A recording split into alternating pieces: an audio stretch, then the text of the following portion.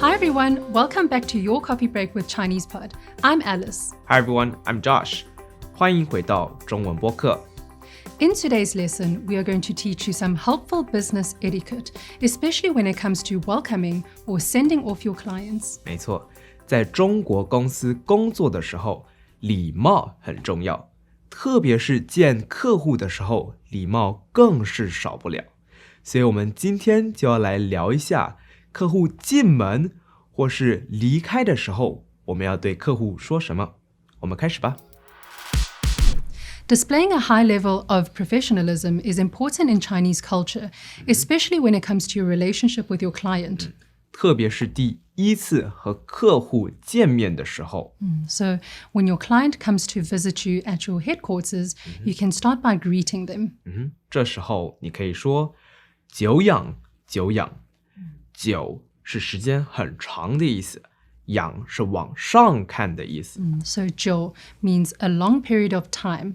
仰 means to gaze, especially upwards. So to gaze at someone for a very long period of time would mean to admire this person for a very long period of time. It's a very good way of greeting someone. 没错，你也可以说久仰大名，或是幸会幸会。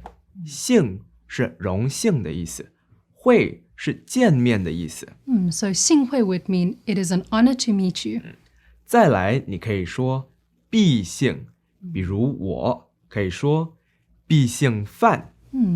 bìxìng is a very professional or formal way of introducing oneself. So for example, I can say 必姓史, which means I'm Miss Shi. Or Josh can say 必姓范, which means I'm Mr. Fan. 所以在第一次见客户的时候，你可以说 Hello, we are so glad that you're enjoying this video so far, but you're not getting the full lesson here. The full lesson and the rest of this video are available on our site, ChinesePod.com. Give it a try and see how much more we have to offer.